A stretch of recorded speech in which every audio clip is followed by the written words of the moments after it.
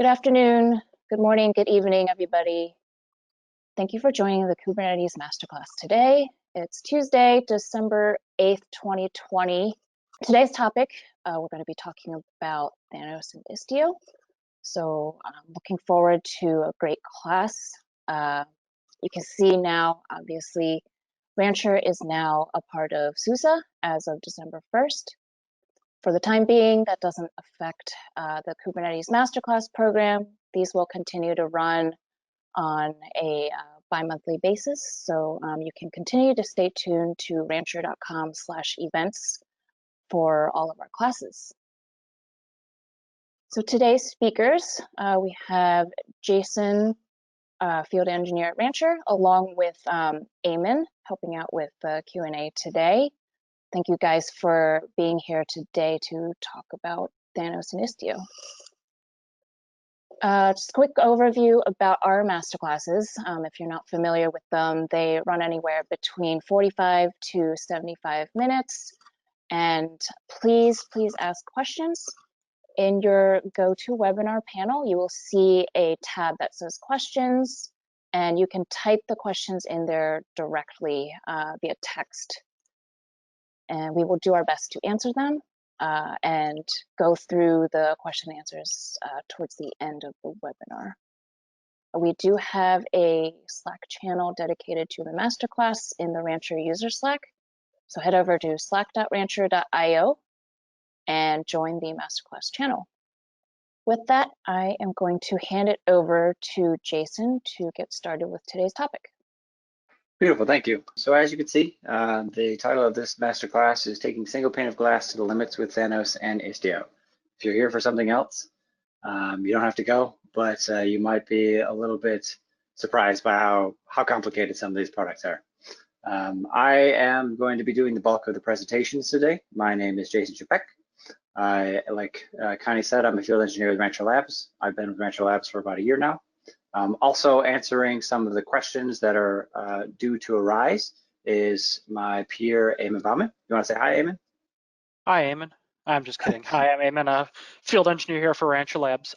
Been here coming up on 2 years now. And I'm going to kind of act as sort of mediator for any questions that come up, and then act as an advocate of the audience. If there's something that I'm having trouble understanding, then most likely you are as well. So I'll ask Jason for some more information. So feel free to enter those questions in the chat, and we'll get to them as we can. Cool, sounds good. And then one last little bit of housekeeping, just to see if everybody's familiar with GoToWebinar. If you could all try raising your hands for a second. If you raise your hands, I have that open on my screen right now. It should stay pretty prominent.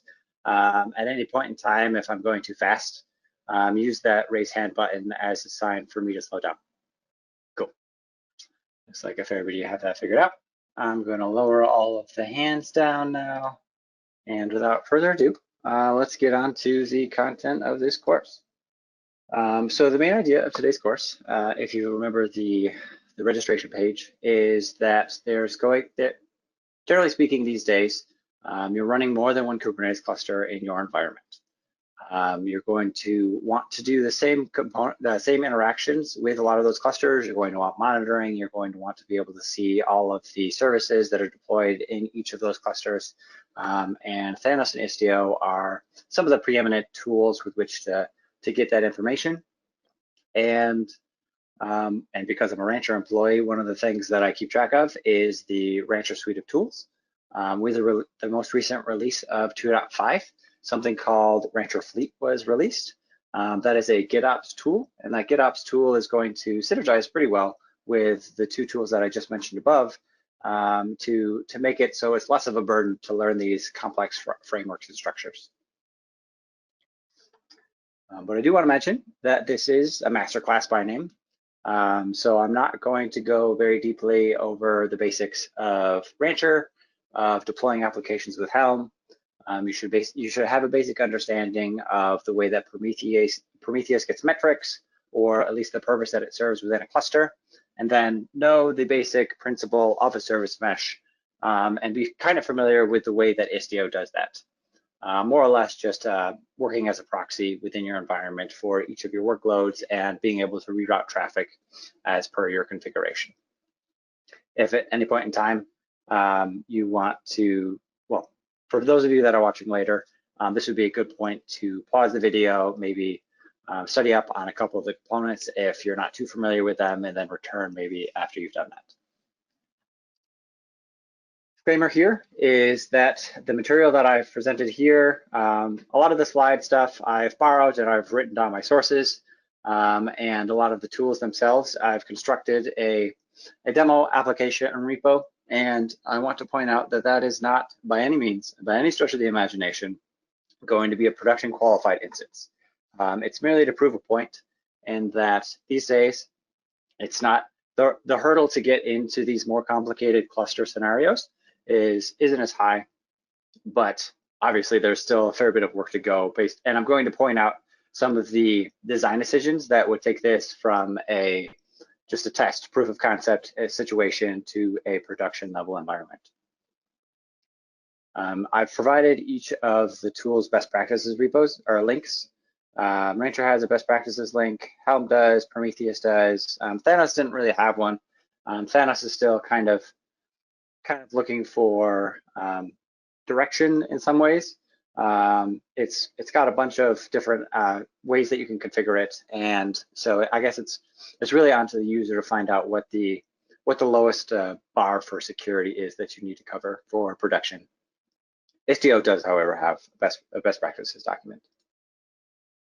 So if nothing else, if you have to go right now, this is basically what you're going to get out of this presentation.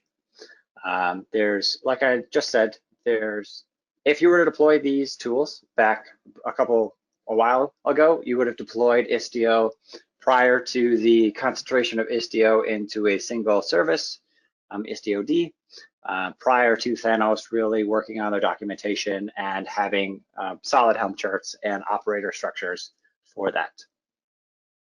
But with Thanos, you're going to have the ability to view all of your cluster from one central location while avoiding the pitfalls of storage and querying.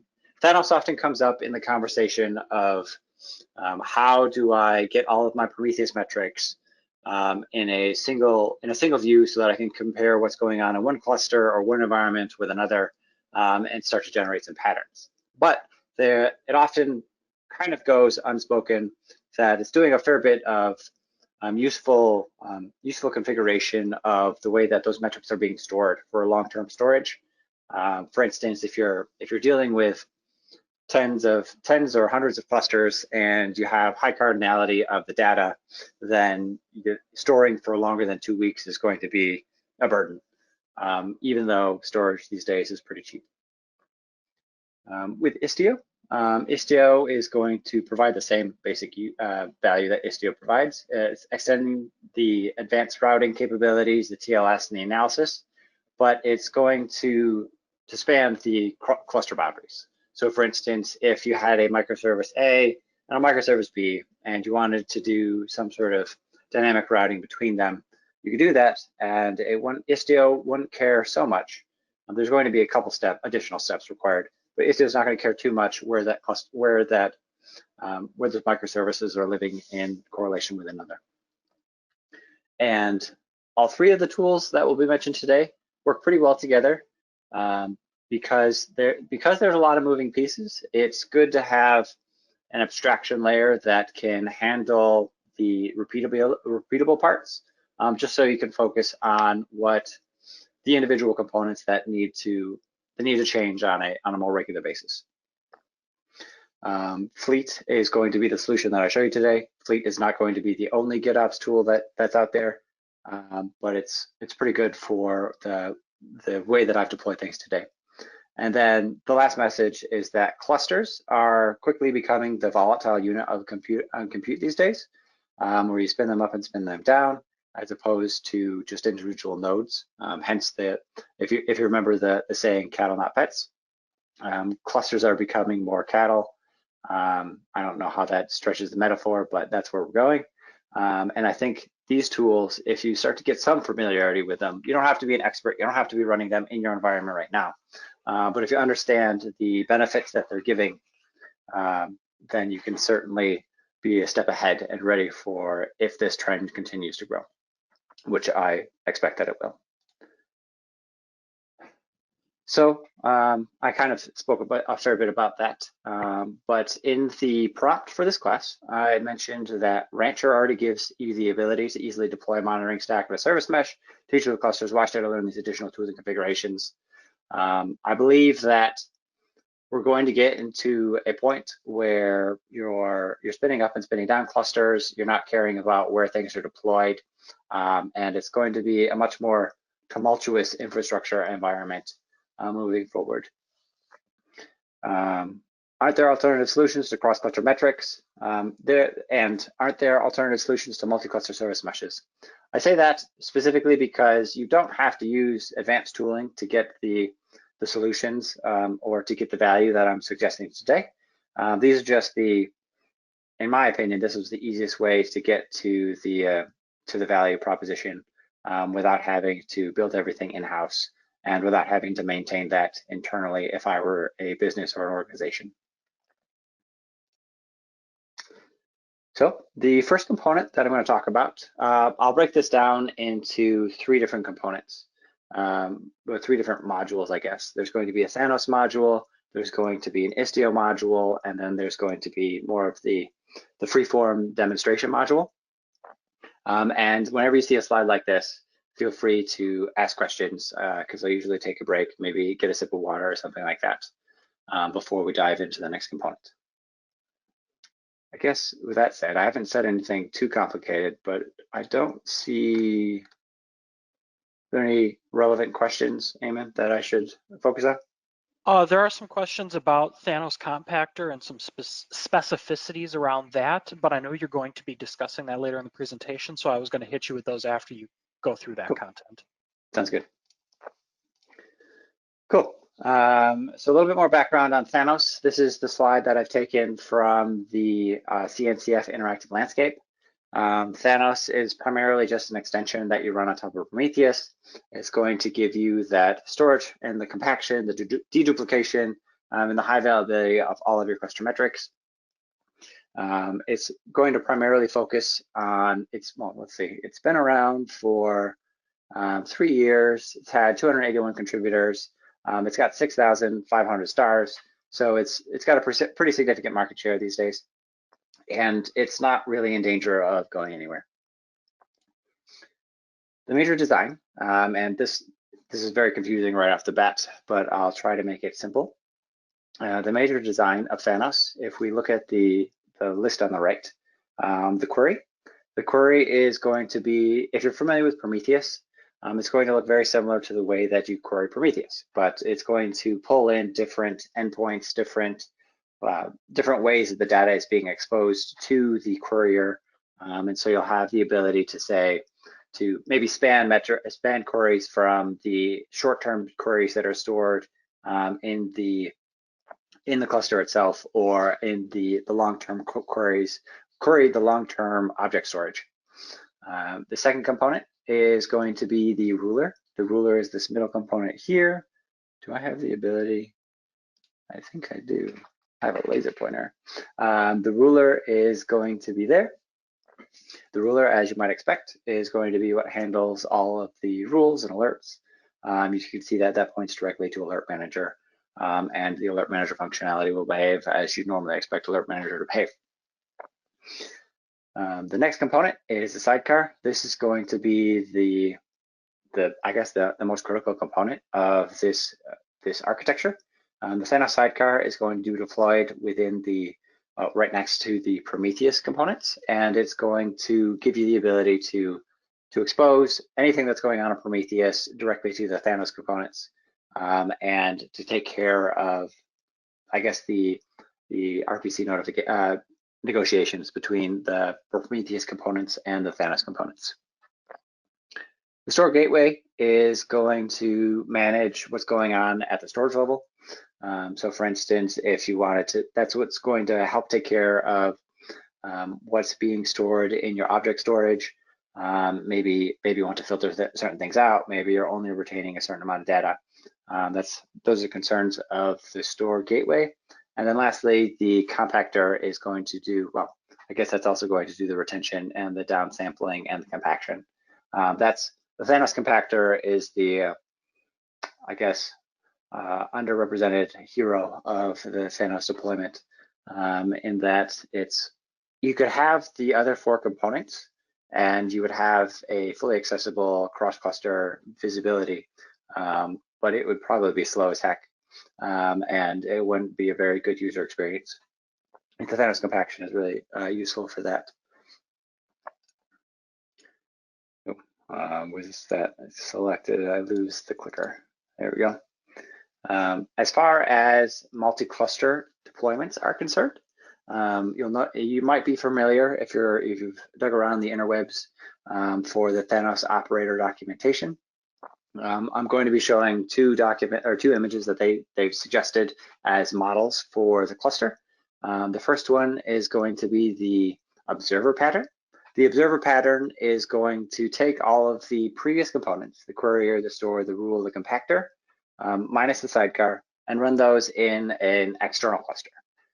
That's going to make it so that you can spin up independently your Kubernetes clusters and not have to worry about the additional configuration and setup. This would probably be my recommendation for the way to get started, primarily because you're just deploying all of the Thanos components onto one cluster, and then you're just connecting these to basically the querier to the Thanos sidecar.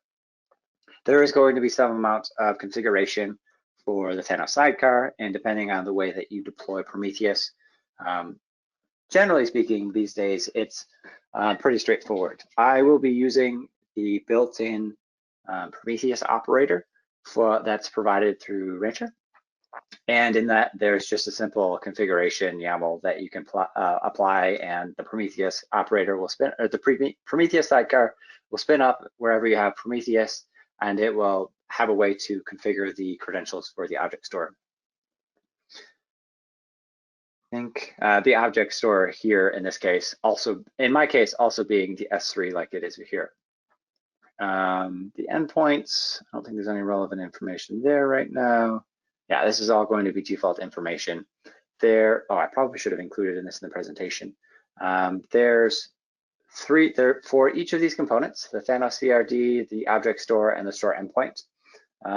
There is specifically Bonsai Cloud operator documentation in their GitHub repo for what configuration options you have available to you. I think Eamon had said that somebody was looking about compactor and the way that you might configure that. I would first look into the operator configuration, and then maybe if that's not advanced enough, maybe dig in directly to the Thanos configuration and start rolling your own Helm chart or Helm application around that.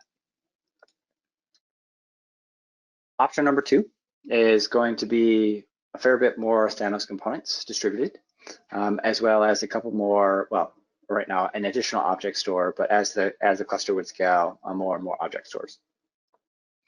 You'll see here that each of the workload clusters on the right are still going to be running Thanos as a sidecar with Prometheus, but we're also going to be running everything except for the ruler on each of the workload clusters. So you're going to be able to query directly against your cluster. You're going to be able to interface with the storage of that cluster so you can get the long-term data. And then you're going to be able to interact directly with the object stores for data management. So that's basically a cluster taking care of all of the concerns that it has. But all of the observer components have remained on the observer cluster. So having a central place to query all of those components, and then rules based on each of the independent data stores. You'll see that this one, well, I guess in the previous case, let's see if I can get back.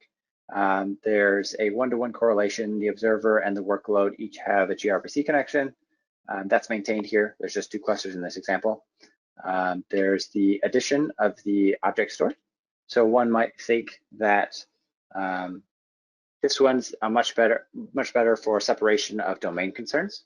So if you have an organization or a subpart of your organization that's deploying sensitive information that you don't want to be on the same storage as another set, you could set them up as completely different object stores, and you can set up the role-based access policy completely different, because honestly they're separate clusters, but they're going to also be separate data and separate rules.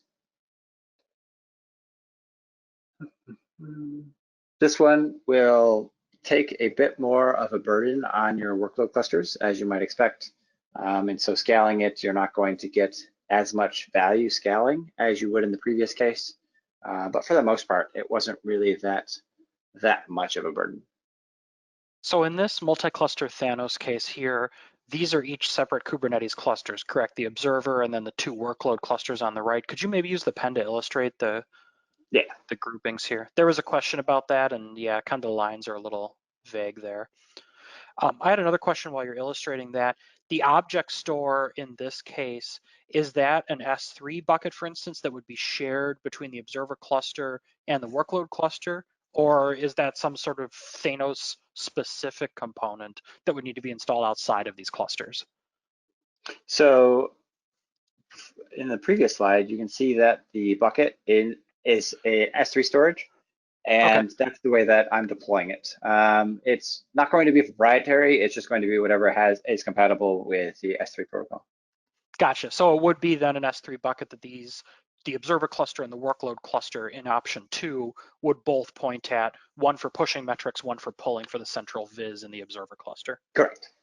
Cool. Yeah. Thanks for clarifying. And it'll be the same object here that's making that available in either cluster. Gotcha. Awesome. It'll Thank be you. the same YAML file, but it'll be deployed in the secret in each cluster. Cool.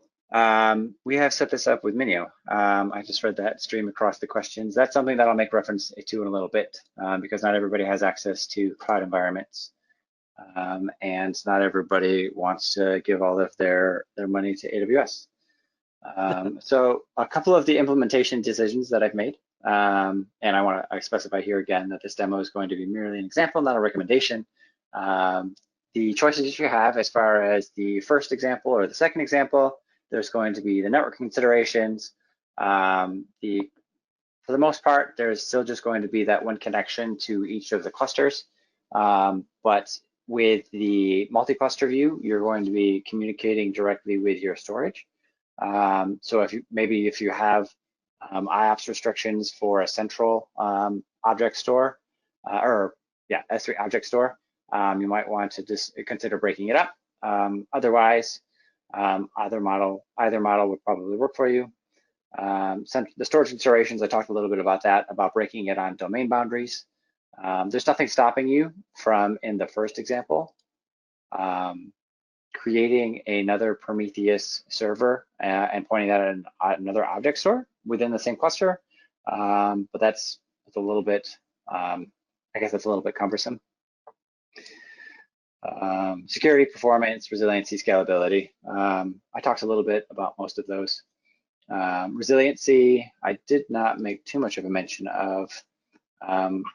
If the observer cluster goes down, you still have, in this case, the ability to query the Thanos components. And you still have the ability to maintain the data storage. So that's one of the benefits of the multi-cluster model over the first model. I also mentioned that you have choices as far as how you want to get started with Helm, with Thanos. The two choices are going to be they're both going to use Helm.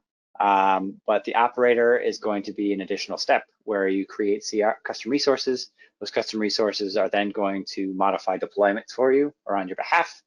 The only real difference I can see between them, I'm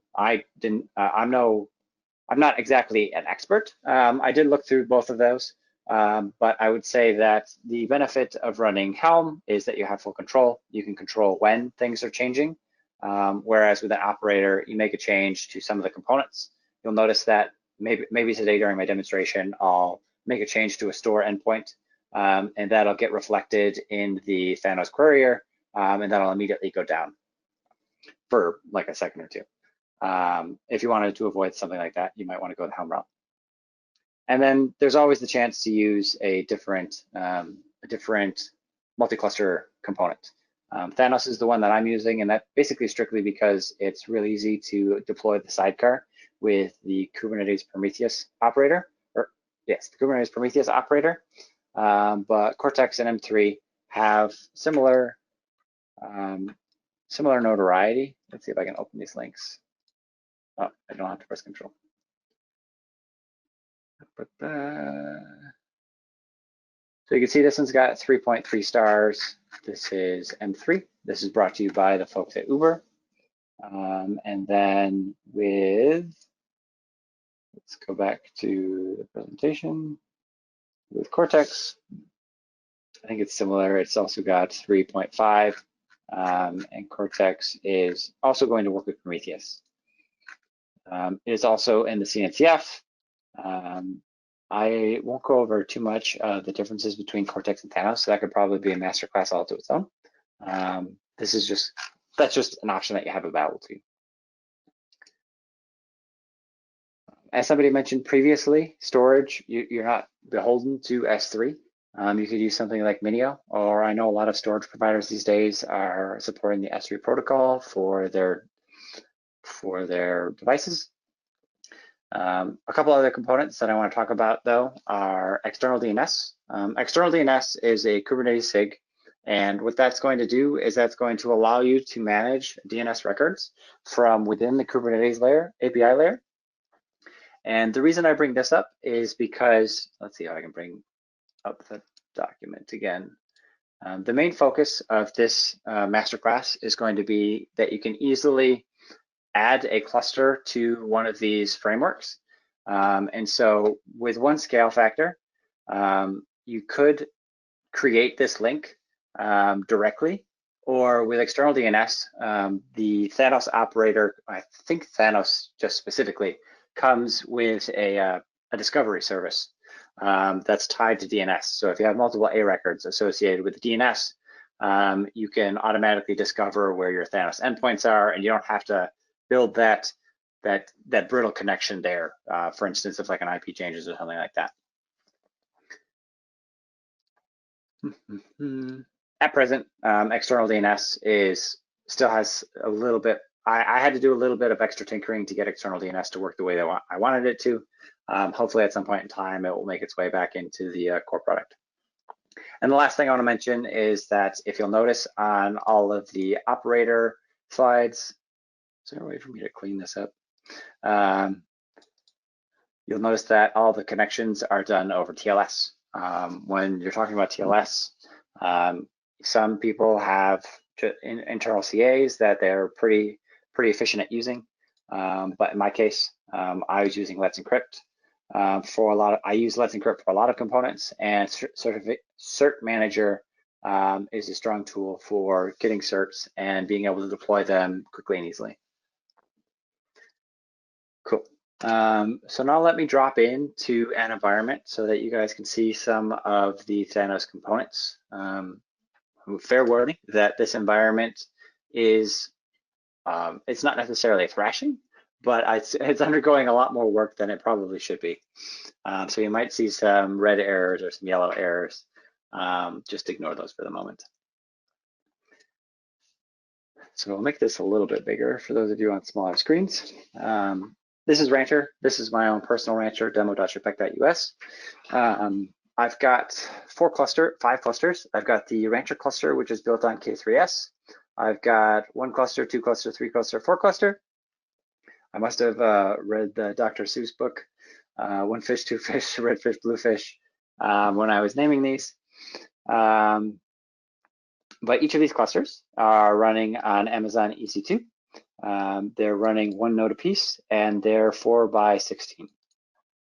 The way that I've deployed the hierarchy here is that 1 cluster was the first cluster. So that's going to be the primary cluster that has Thanos observer components installed on it. And then clusters 2, 3, and 4 are going to just feed into that. They are not going to be, well, technically right now they are running some of the Thanos components, but you'll notice that the 1 cluster is just reading from the Thanos sidecars and taking care of the rest.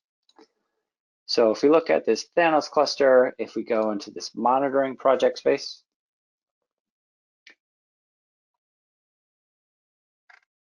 load up pretty quickly. I might have to turn down some things. Let's try this again.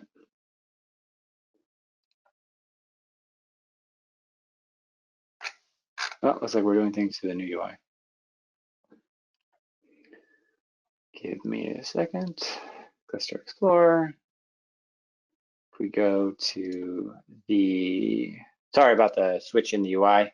For those of you who are familiar with Rancher, what we were just seeing is the old UI for 2.4 and before.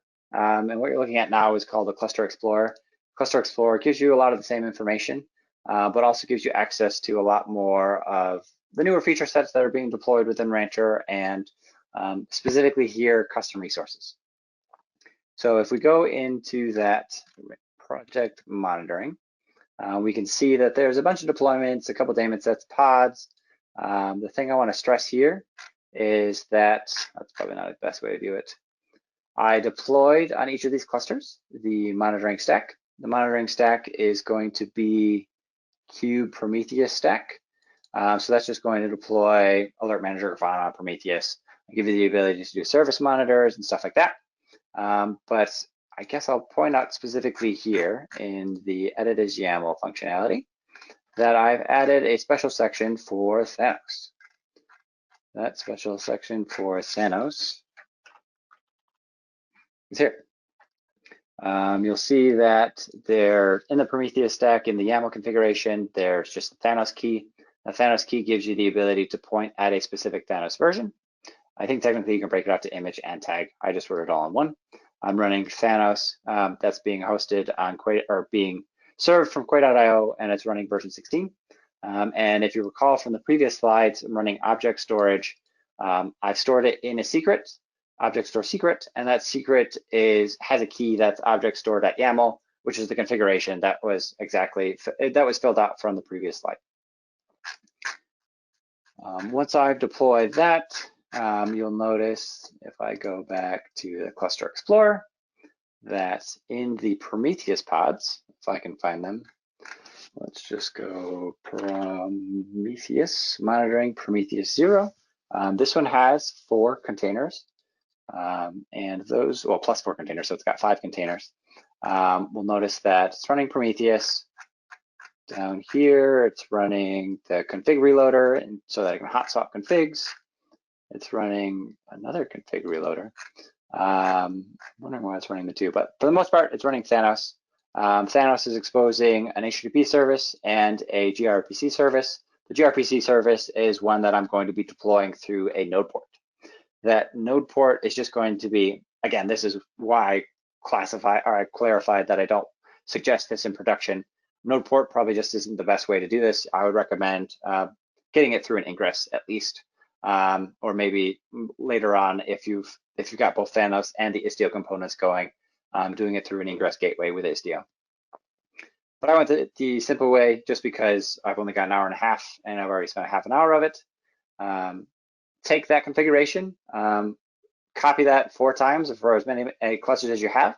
That'll give you 4 different clusters with the ability to pull and push to object storage. And just to prove that out, I should have my S3 bucket here. This S3 bucket has information for some of the clusters. Thanos is only going to use those the object storage, I think, every 2 hours.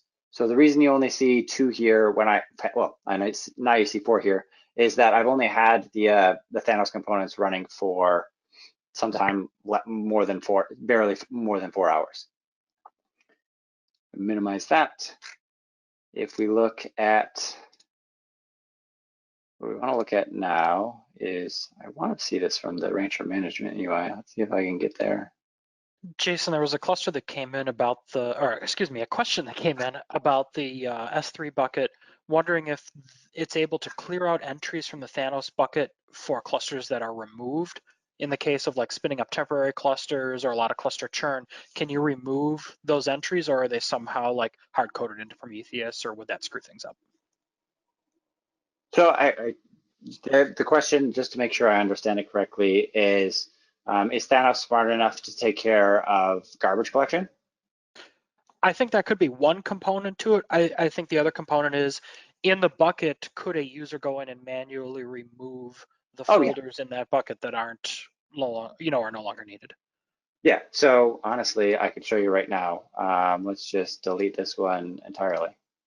I could do that because once you deploy Thanos, I guess you'll be kind of confused if you're not expecting it, that there's nothing being pushed to the bucket immediately. You still have to wait that time period for it to load up that queue, and then it dumps it all into that bucket after that 2 hours. Okay, but let's say after 3 hours, we delete this cluster because it was a temporary cluster. Are we able to delete that metrics folder from the bucket without ill effect on Thanos? I mean, it will impact your ability to query that information because it'll no longer be there, but it won't impact the ability to make queries. You'll just see that data missing from the query. Gotcha. So Thanos won't freak out because that identifier is missing, for example. Right. Okay, cool. Thank you. So now we can see Thanos. I'll make this window a little bit bigger. Thanos is going to look very similar to Prometheus. Do I have the Prometheus exposed here somewhere? Oh, I should have that. Give me a second. Demo.jpeg.us. We go to apps, install that. Actually, no, I want to go to monitoring. If we look at Prometheus graph, it'll look very similar. Where'd it go? There it is. Let's drag that over here. It's just going to provide slightly different information. Whereas we see in Prometheus, alerts, graph status, help, we see graph stores, status, help. And in the store section, this is where we see the magic. We can see that I'm pointing to all of these sidecars for each of the clusters. Each one of these, you'll just have to trust me for now, are going to be the node ports for each of the clusters because they're running one host apiece. And there is, right now, I didn't configure it so that it adds an extra label set for the cluster identification. Strictly, I'm doing this for host identification. Since each one's only running one node apiece, the cluster bit of information was a little redundant. But you'll see here that there's also store, which is going to point towards basically pull in the information from the long-term storage, and the rule, which is going to give me the ability to do the rule components. Just to prove that everything is working, if we look at a standard query, API audit event total execute, we'll see that we're running, and this will be probably pretty hard to see. We're running across different IP addresses for each of those hosts. So 172.30, 112, 254, 113, 134, 122, 152, and 126, 138. Without spending too much more time on this, I'm going to show you the components that are supporting that. On the left pane, you'll see all of the resources in this one cluster. And if I look at the more resources tab, I can see from the API monitoring.bonsai-cloud.io, there are 3 components. The first component is the Thanos object. The Thanos object is just going to have, I just went with the default options, the store gateway, the rule, the query discovery, I set to true, and then query. There's going to be a single object store. That object store is specifically for the Thanos that's running on this cluster. And it's going to be using that same secret store that I saved before. And then there's going to be the store endpoints. Each of the endpoints is going to be almost identical. It's going to point at a specific Thanos. If you wanted to do some multi-tenancy, that's what that field's more or less for. And then you have the URL, which is just pointing again to the IP address of the node, and then the node port of that exposure. To confirm, Jason, you manually created these store endpoints just as a quick shortcut to get that access between the central observer cluster and the 4 outer clusters, right? Correct. Cool, thanks. So this is the store endpoint is what's bridging the gap between the short-term storage and the long-term storage. I can pull in the information once it makes it into long-term storage so that I have more than 2 hours. But if I want to query things immediately against any of these clusters, I would use this endpoint. So for instance, if we look at execute, look at the graph, we can see that some of the clusters tail off at this period. And that's just because there's nothing in the long-term storage for them. So we talked about those components. I haven't gone over to any of the other clusters, primarily because they're just going to have that Thanos endpoint and that secret configured. So for the most part, that's a very light journey through what it takes to deploy Thanos and to control the monitoring for each of these components. I will say that you have the option, most people usually add on top of the Prometheus endpoint some level of Grafana so that you can make the nice widgets and dashboards against PromQL. That's something you can also do with Thanos. I just haven't set it up in this environment yet. Jason, are you able to cover how the sidecars were registered with the central Thanos? So the sidecars were registered strictly to this. Okay. So once you make this endpoint accessible, Thanos will start scraping it, and you'll be able to pull in that information. Okay, could you go back to the Thanos UI and then go to stores and sidecars? Okay, yeah, the question was how were these registered, but yeah, you can see under the endpoint there that those are the node ports that you manually added for the store endpoints, so that makes sense. Yep, and this is where I would recommend doing the auto service discovery, because with just 4 nodes, this became burdensome, I guess. So you'd want to make that more automated.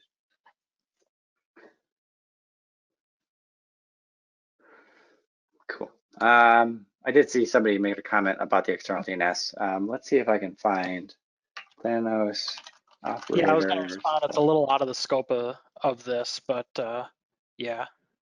I just want to see if I can find the link for it. DNS discovery. There we go. Thanos service discovery. There you go. Yep. The thing that I was referring to specifically is the DNS service discovery. You're basically pointing it at a DNS record, and that DNS record, as you can see, looked up as an A record. So as many A records as you have underneath, like Thanos.clusters.my.org, will start registering with the service.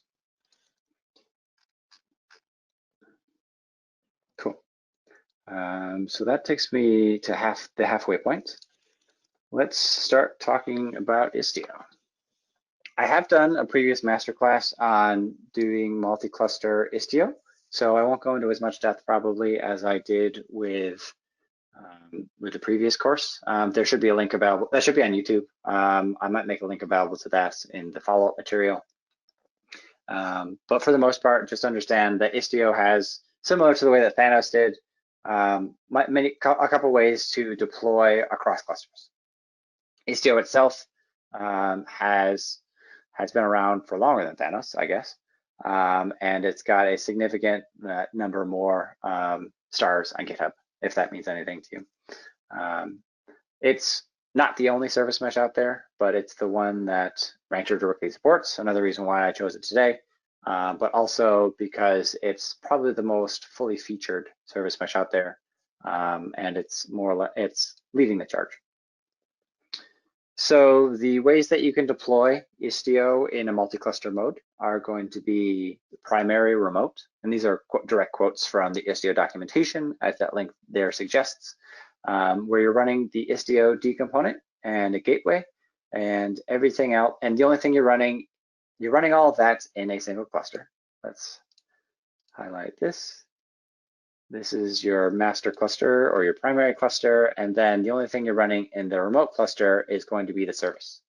Istio-D will communicate with the API server and feedback into, it will pull back the information about what services are running onto it and make sure that's accessible from a service. So for instance, in their example, if you follow this document all the way down to the bottom, you'll see that you're creating a Hello World service in each of these clusters, version 1 and version 2.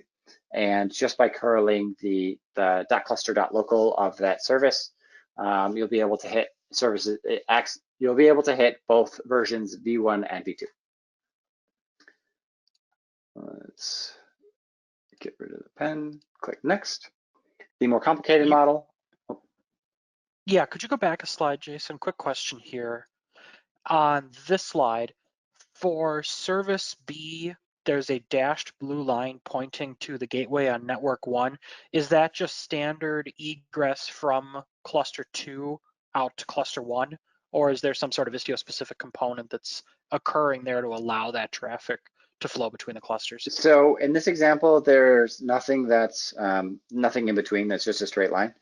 You could deploy an egress gateway in this environment. You could deploy any sort of proxy in between there, but that's just not deployed in this example. Gotcha. Thank you.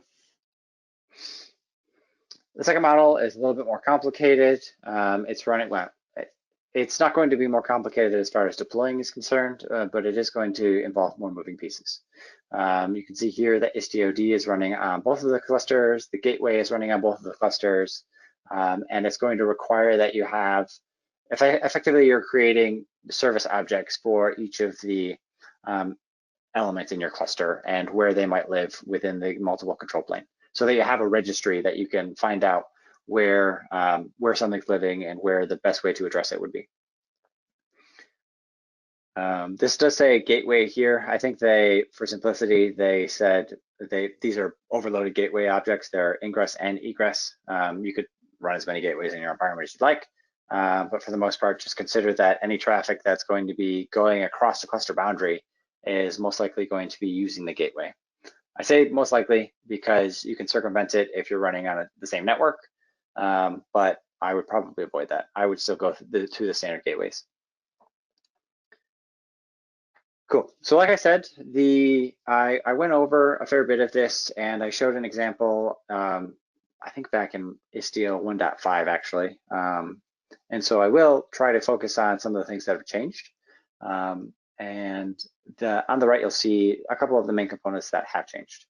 The first component is that in 1.5, the 1.5 that we support at Rancher and Rancher 2.4 and below, we're using Helm directly with the various Helm chart components of Istio.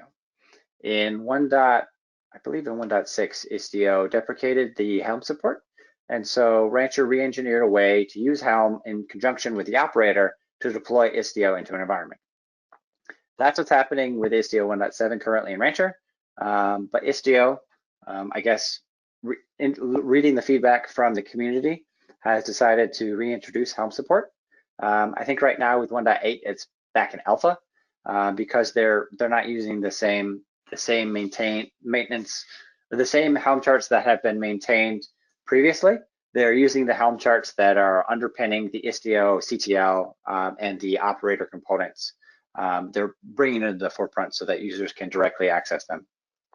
I expect that will stabilize pretty quickly, as like I was saying, that's going to be running.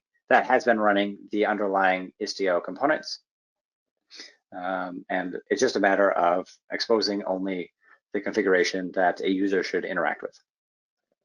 The other components that have changed in Istio 1.8 is they've done some changes to the way that DNS works within Istio.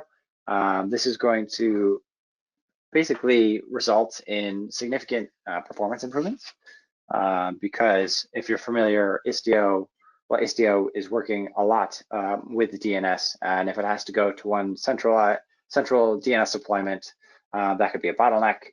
But having DNS local to each of the nodes is going to allow you to reduce the number of requests that are going against that DNS.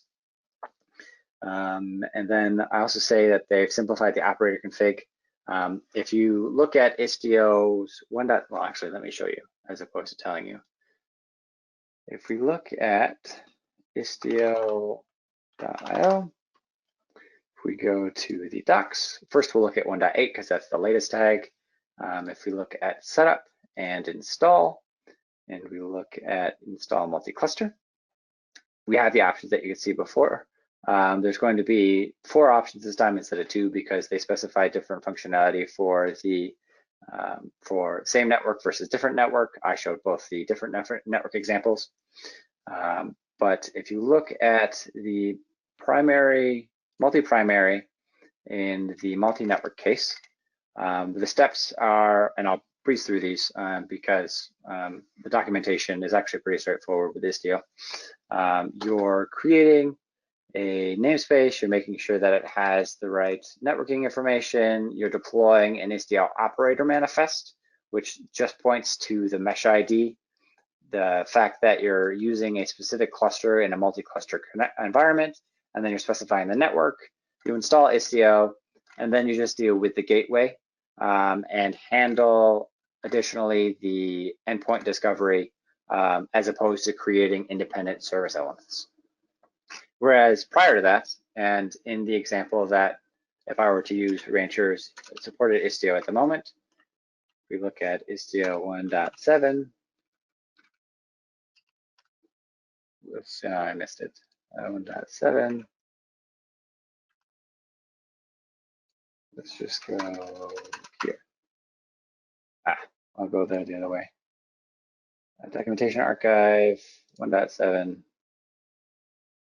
Docs, setup, install multi-cluster installation. Again, there before they had just the two replicated control planes. This image isn't necessarily easy to parse. There's a lot of text there. But what we're doing here in this case is we're still creating the foundation. We're still installing Istio based on manifests. I actually want to bring up those manifests. So I'll show you this.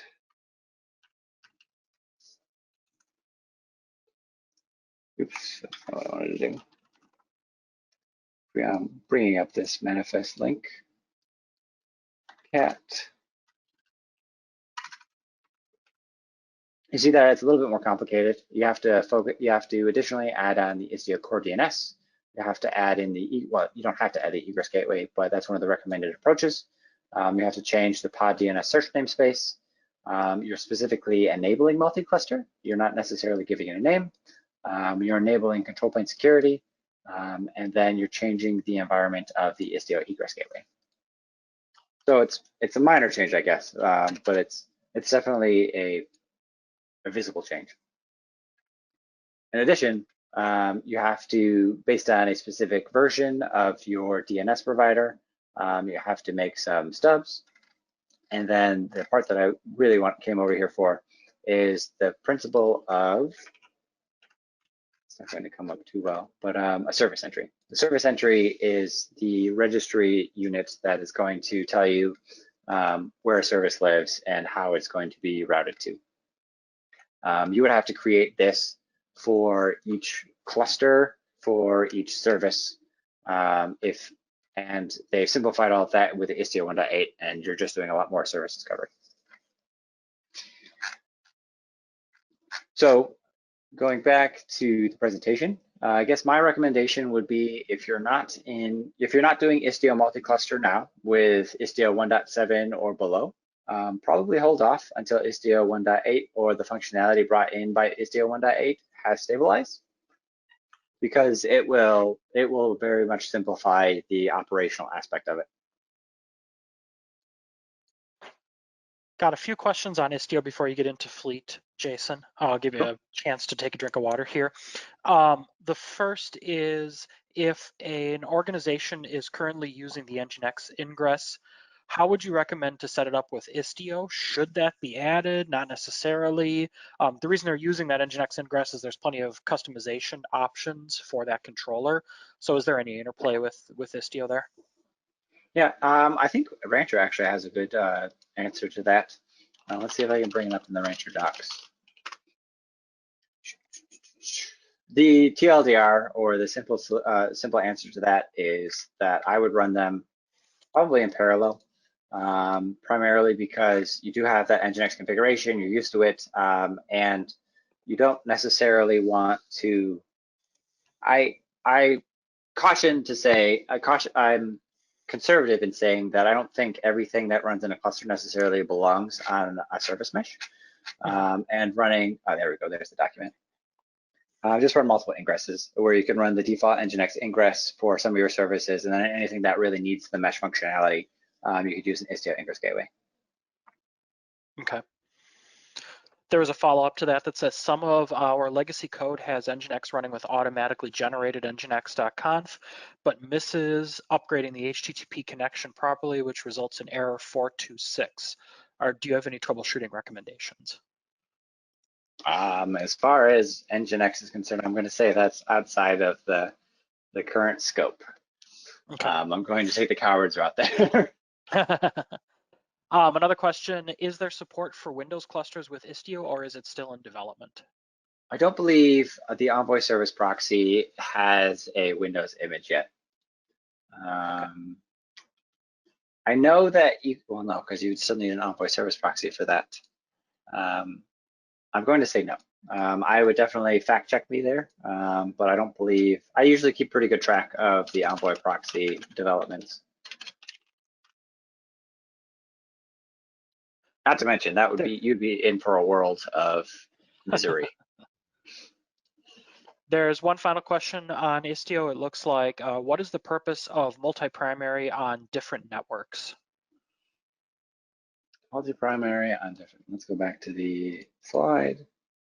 So in my use case before, I think in the actual last presentation I did, was I straddled two different, I put an application on the East Coast, I put an application on the West Coast in AWS, and I could use the Istio functionality to load balance based on the source of the request. So if I'm my application is leveraging that service, I don't want it to go all the way back to the East Coast and back to the West Coast if it doesn't have to. I guess you could technically do that on the same network. It was just easier to keep them separated in domain-wise. Gotcha. Cool. Cool. So I have a half an hour left. I'll talk a little bit about the Istio components. Let me see what I actually have in my cluster set up for Istio. And whether or not any of it's all that practical here. Let me actually just talk about it in the context of Thanos. So if you recall back from my cluster environment, one cluster was the cluster that had access to that was the major cluster, the observer cluster. And 2, 3, and 4, we were basically promoting information to it. To go down the production route, I would recommend, you'll see that in monitoring, let's hope this loads up again. Probably should have built my demo on a larger environment. The node port, it's just a straight up node port. I would suggest using some level of MTLS, since this is all of the information about your cluster environment. Obviously, you could nest this in something and reduce that attack vector, but I would still recommend deploying. Well, I'm not recommending that you run Thanos and Istio together, but that is one avenue with which to secure the endpoints for Thanos. So in the example of Istio, let's go to Istio 1.8 into the docs. The example in their multi-cluster different networks is going to be, oh no, I want multi-primaries and different networks. Maybe I've lost the link somewhere. But basically what I wanted to point out was that that also aids in the ability to auto-discover services, because you could have some direct connection with the DNS that's built into Istio, or that's being provided with Istio. I actually changed my mind. I'm going to jump directly into the fleet stuff, because that's going to tell us a lot of information about all of the products involved. And it itself is not the most complicated product, but it's complicated enough that it can take probably the remaining time.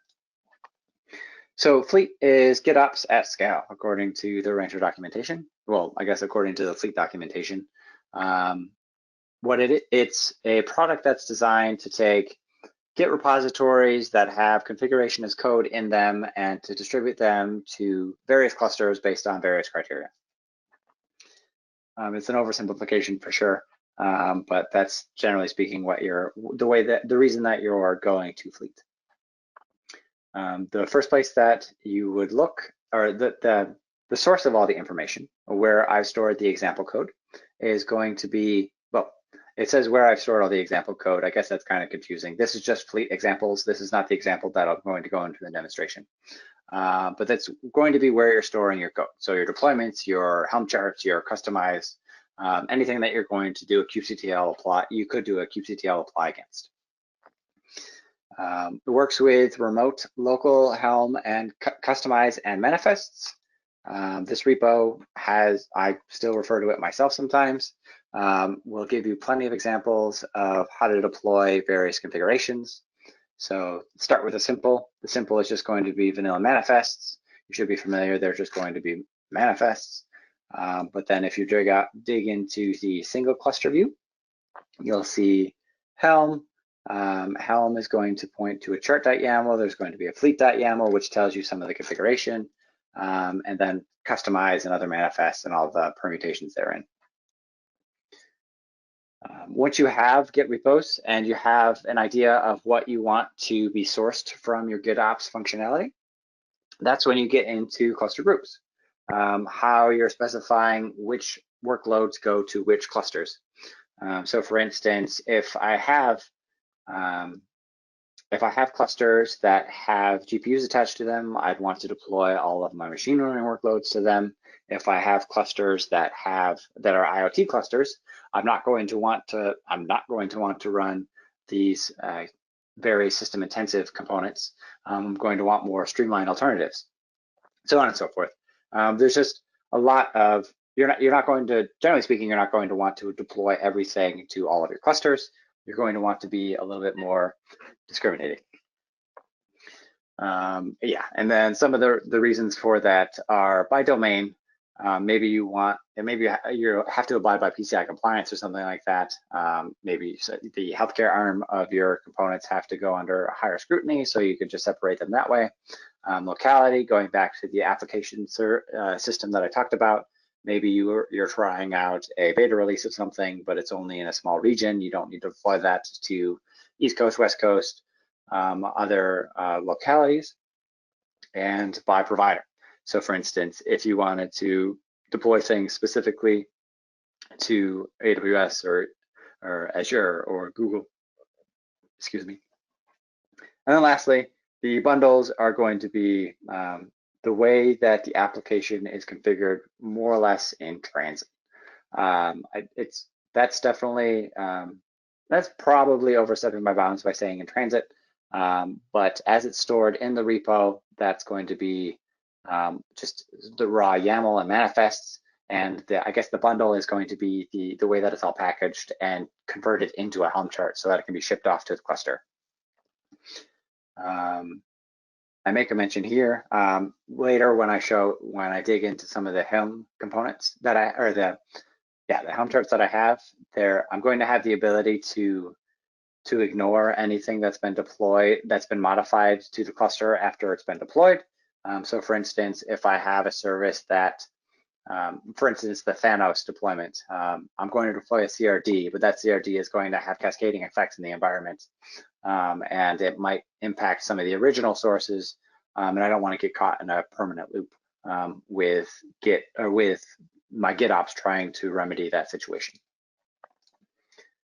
You do have alternatives to Fleet, Flux CD, Argo CD, Jenkins X. I'm not going to go into detail on any of those. Some of them operate on a push model, some of them operate on a pull model, some of them are just CI/CD tools. But basically, now is a pretty good time to either get into GitOps or ramp up your GitOps functionality. And so now let me show you the GitHub repository. This is the actual demonstration that kind of built the stuff that you see today. I say kind of primarily because I got it. I made some changes post the fact, and I just didn't have time to redeploy them in the GitOps fashion. But I've broken down the repo into two different components. There's the primary and the remote. The primary is going to, in the case of Thanos, is going to deploy all of the observer components, and in the case of Istio, is going to deploy Istio-D. And then in the remote case, that's going to deploy just whatever's required for each of the additional clusters. If we drill down into that, you'll see I've broken it down into, I can make this a little bit bigger too. I've broken down into the, I guess, the application domains. There's going to be a prerequisite section, a Thanos section, an Istio section, and there's going to be a primary.yaml. This primary.yaml is that Git repo concept that I talked about. I'm going to point at various paths within this directory. I'm going to point to the main branch of this repo, and I'm going to target any cluster that has a label that says it's a primary role. That's configurable. I could choose any label or any combination of labels that I want, but that was simple enough for the purposes of this demonstration.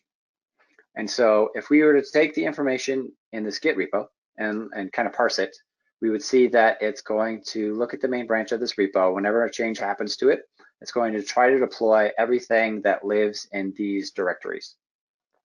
These directories are pretty self-explanatory.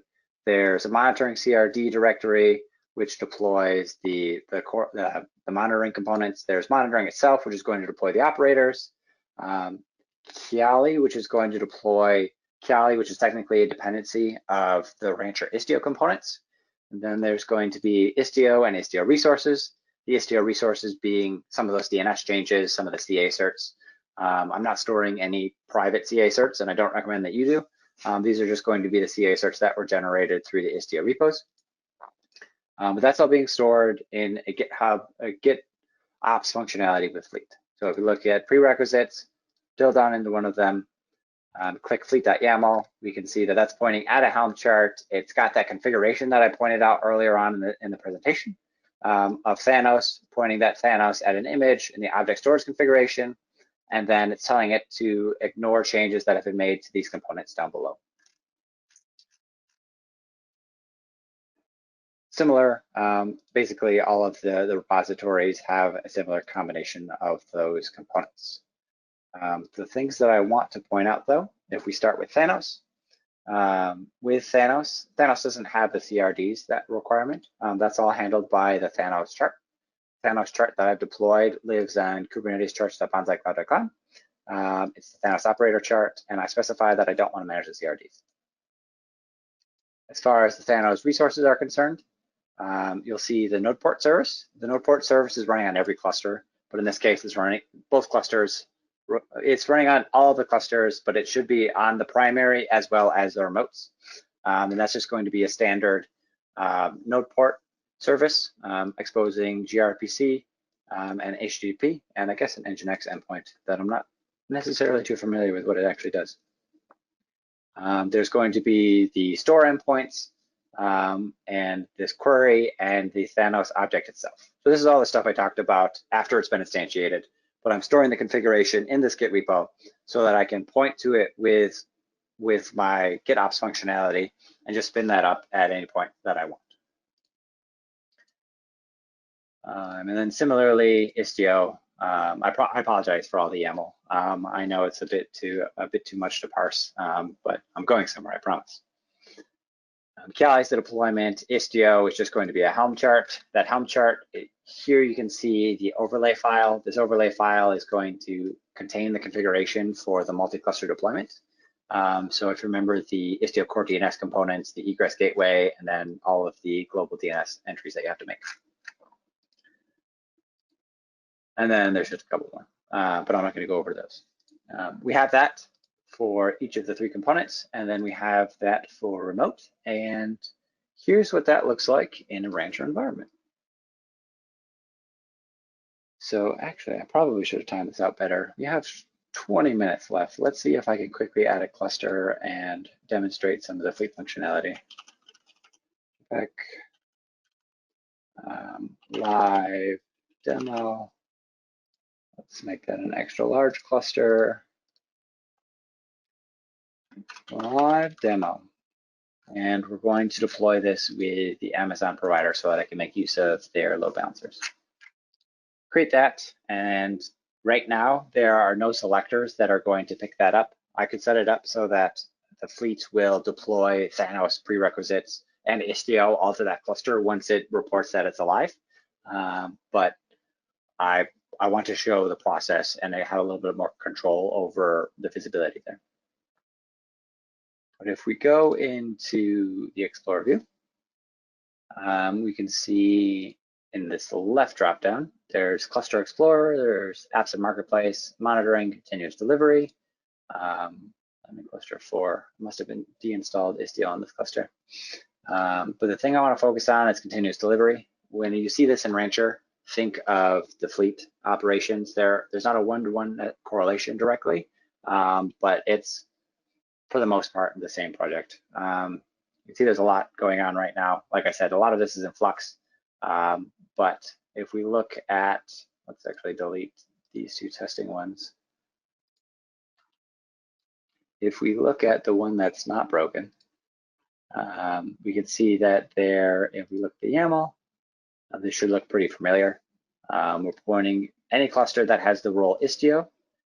We'll pull down all of these components. Those components are associated with the repo that I had over there. And we're going at the main branch of that repo. It's a public repo for the purposes of this demonstration, but it will be, but I can always make it private if I wanted to hide that information. Right now, I don't have any clusters that have the role Istio. I think that's why it's, let's look at the status of that.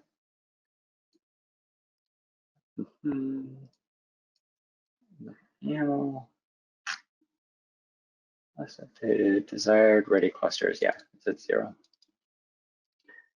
But once I have that Git repo set up and I have clusters that match that role, I'll be able to send the bundles to that environment.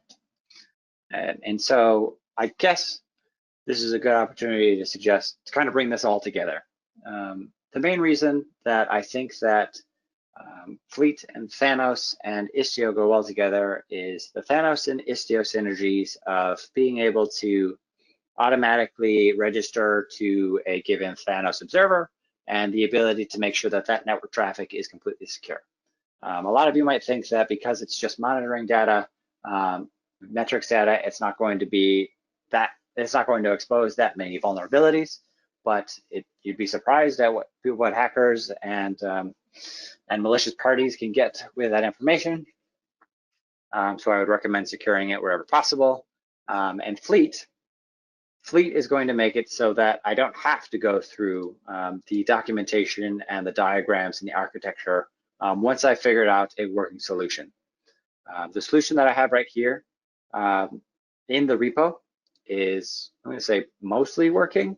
It's missing a couple secrets here because I didn't want to post that information publicly so that not everybody's dumping into my object storage. But the core components are here so that you can start playing around with Istio and Thanos and the combination there within. We're going to wait for that cluster to come up. We might have time, we might not, but I'll continue on with a couple of the comments and concerns. Sounds like Eamon has questions.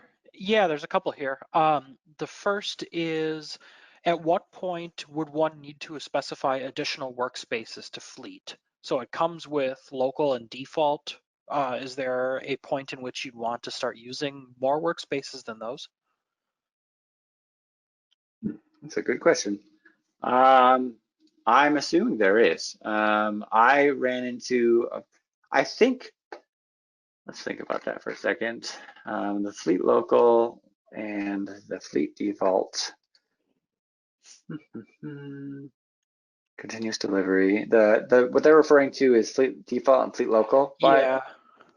Fleet local is just going to contain the Rancher cluster in most cases, and Fleet default is going to contain basically all of your workload clusters. I'm pretty sure, I think I know the answer to this question from working with Fleet. It's that this is a way that you can, so Fleet default and Fleet local actually end up being namespaces within the local cluster and rancher. So this is a way that you can align RBAC policies along those namespaces. So workspaces can probably provide that, as well as just providing segregation of all those different clusters too. So if you had east-west regions, something like that, you could identify those. There was another question. Is there a way to provide per cluster customizations in Fleet? Can I define options for a specific cluster? Yep. So specific, that's using most of the time functionality called overlay. I think that's best visualized in the Helm customize one. Yeah, overlays. You can see there's special setups for dev, prod, and test. In these environments, you can see that there's a customization suggesting how many deployments, whether or not you need a Redis slave or a Redis deployment at all in this environment versus the other environments.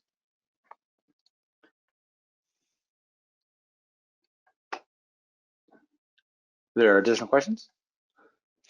That's what we've had so far. There was a non-Fleet question, but I was waiting until the end of your presentation.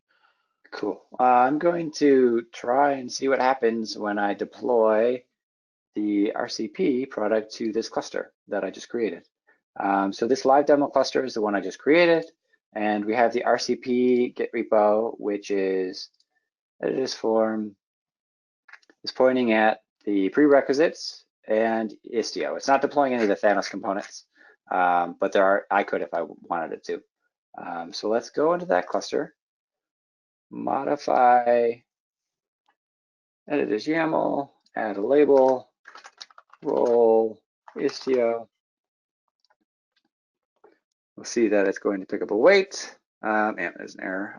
Well, sometimes it will report an error if there's a sequence that's required. You'll notice that I had a prerequisites folder. That prerequisites folder has obviously the prerequisites for the Istio components. We could look into what's going on here, find out what exactly.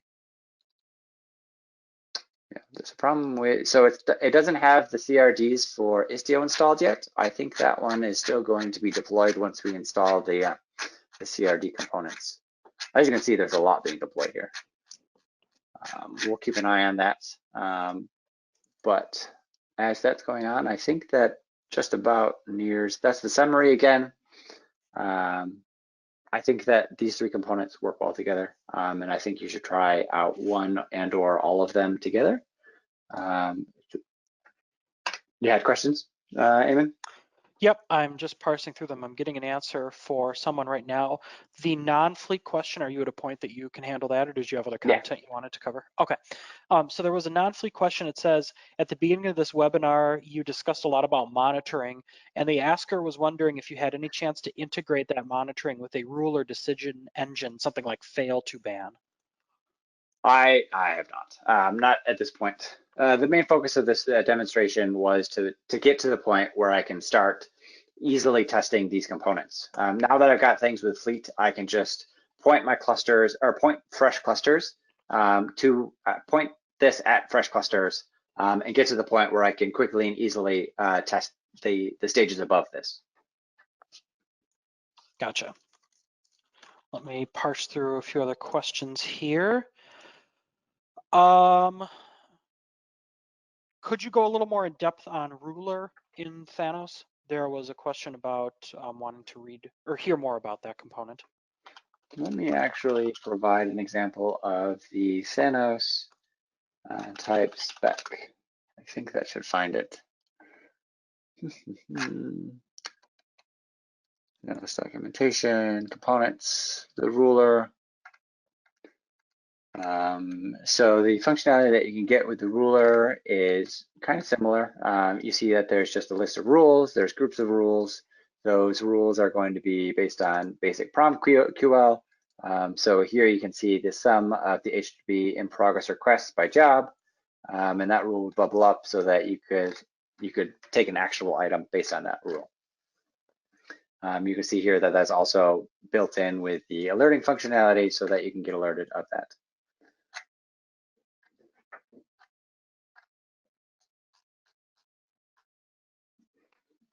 I don't know. I don't know exactly what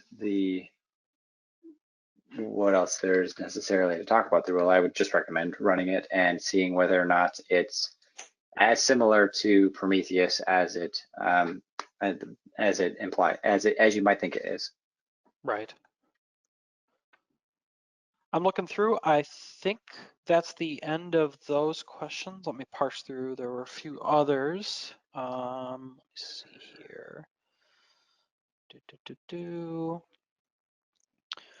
Yes, you can. We answered that. Answer the per customize. It said there was a question that just came in. So Fleet pulls the release. Why not use Helm push from Azure DevOps or Git? I mean, as I mentioned earlier on, you can do a pull or a push model. That when you get down to that conversation, it generally happens at the breaking point is usually scale. If you're doing a pull model, then you're pulling from one central location or a few central locations, and that's kind of burdensome. Whereas if you're doing a push model, sometimes you can distribute that workload to more.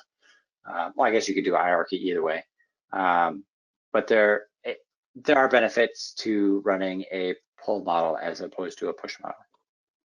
I think that is, or did you say the other way around?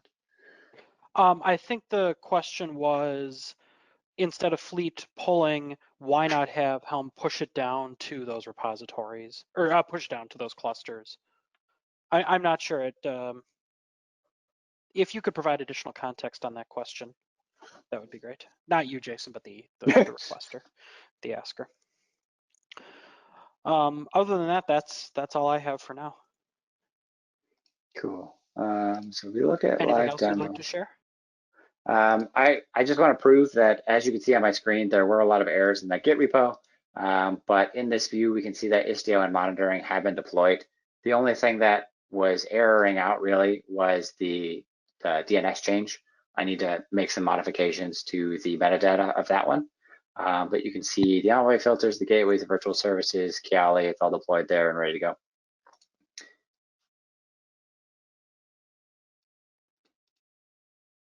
But beyond that, I guess I'm probably going to finish early then. 7 minutes early. Excellent. And that question was addressed about the push versus pull model. So thank you for handling that. That's all we have. Yeah, that being said, if you liked anything you saw today, ping me on the Rancher Slack. Make sure that I get this repo into a fully operational mode before I let it atrophy on GitHub. There's a lot of functionality here that I think you can build upon, like one of the askers previously stated, that you can start doing alerts and you can start tying this into more of an event-driven system. That's ultimately my goal. Hopefully, I can keep working with Fleet, and it makes the barrier to get to that point much lower.